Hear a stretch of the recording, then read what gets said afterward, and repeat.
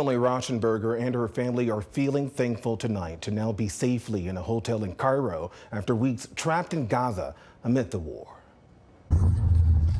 A harrowing escape from Gaza, the journey through deadly chaos now ending in relief. The hardest struggle is over, and yet at the same time, you can't feel elation or super happiness because you've just left all the people that were helping you survive. Elgin native Emily Rauschenberger, her husband from the UK, and their 5 children now safely in Cairo, Egypt.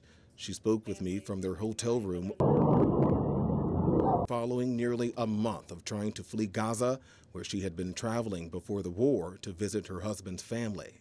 And then on October 7th, we were woken up by all these rockets in the sky, and it sounded like it was just whizzing by our house. They were just so loud. As the exodus to Egypt from Gaza continues for many, including dozens of Americans, hundreds of Palestinian supporters in both Bridgeview and downtown Chicago boarded buses headed to the nation's capital to rally with thousands Saturday, calling for a ceasefire. The least we could do is to support them by putting pressure on our governments, our politicians. The push for action also seen in suburban Skokie with this powerful display for those still being held captive by Hamas.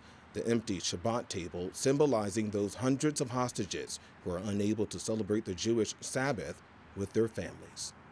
And as for Rauschenberger, she says she hopes she and her family can return to the UK by Sunday and eventually plan to see her relatives right here in the Chicago area. Cheryl. Watch breaking news on YouTube. Subscribe to ABC7 Chicago Eyewitness News.